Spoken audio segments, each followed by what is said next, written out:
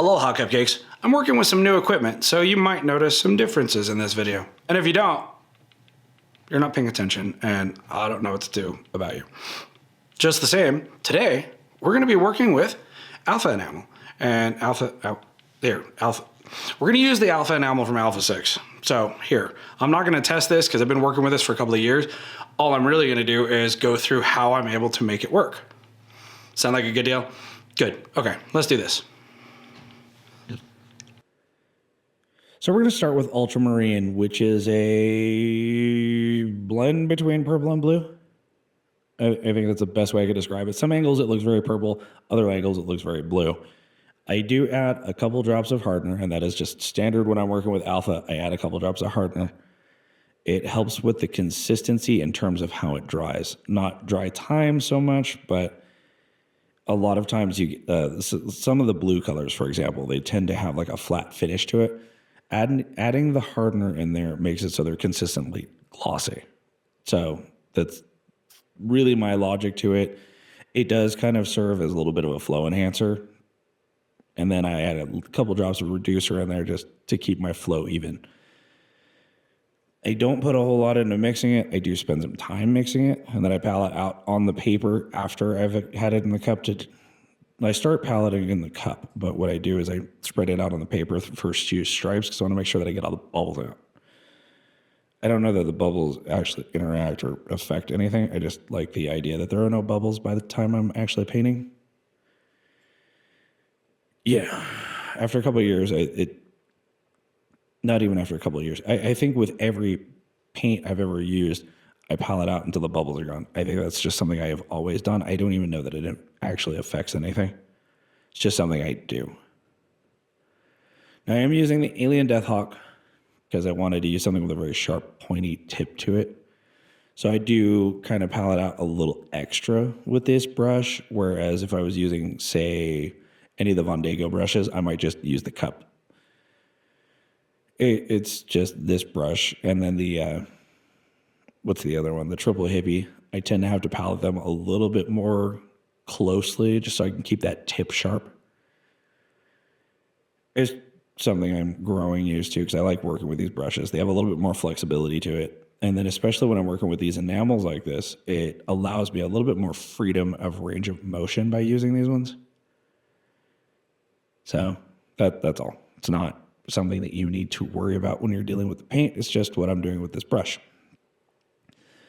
Now, when I do switch over to the scrolling brush, which is the Dragonfly here, I did add more reducer to it.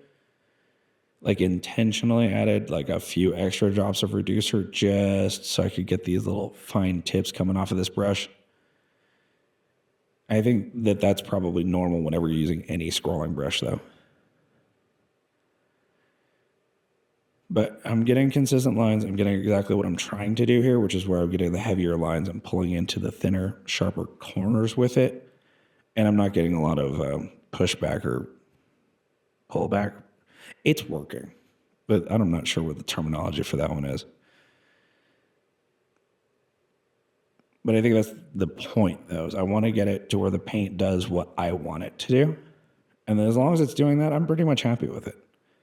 And that's probably the same across the board for every brand of paint. As long as I can get it to do what I want it to for the job I'm doing, I'm good. Now, I will admit that it took me a little while before I understood the whole thing with the hardener.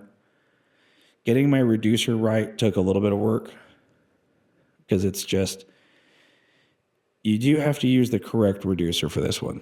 Just trying to use things like mineral spirits or lager thin or even turpentine is not my favorite way of doing it. It has interesting reactions and it changes the dry time and it makes it kind of gummy at times depending on what you use. But if you use their reducer, it just works. It's amazing. It's almost like the chemists over there intentionally designed something to work specifically for this paint. Now, I did switch. This is one of the David Jackson brushes. He is a brush maker that's in England, and this was one of the brushes I wasn't even 100% sure that I had, and I thought I'd give it a shot because this is possibly one of the softer brushes, and it pulls super sharp lines. Like, I don't know that my skills are even adequate to be using a brush like this, but thought I'd give it a shot just to see what this paint did with it. And I'm pulling super crisp looking lines with this thing, so. But yeah, once you get your chemicals mixed up and once you get used to the idea that you have to add a couple of things to it instead of just going straight out of the bottle, you're going to find that this is a very consistent paint. It works just fine. I don't have too many issues with the dry time now that I use the cup over just paletting out on paper. I've also noticed that I started doing that with pretty much every other form of paint just because it seems that all of them last longer when I do this. So it's definitely saving me the amount of paint I waste. So I'm a big fan of that. But yeah, fun stuff. I definitely like using it, and I highly recommend people trying this one out because it's a good time. All right, cupcakes, this is how this turned out, and I'm pretty pleased with how it worked out. I'm even pretty pleased with the way this camera's working out, the way that I've got things set up, even though the monitor's way up there, so every time I look at it, I'm like, just the same. Alpha works. Using it with the right reducer works. Using it with the right freaking hardener also works. And yes, I've used it with several other hardeners. It's been fine under clear coat. I haven't had issues with it. Just go try it. Only put a little thought into it. Use the right chemicals. That's the best thing I can tell you with this one. So till next time, stay moist, my friends.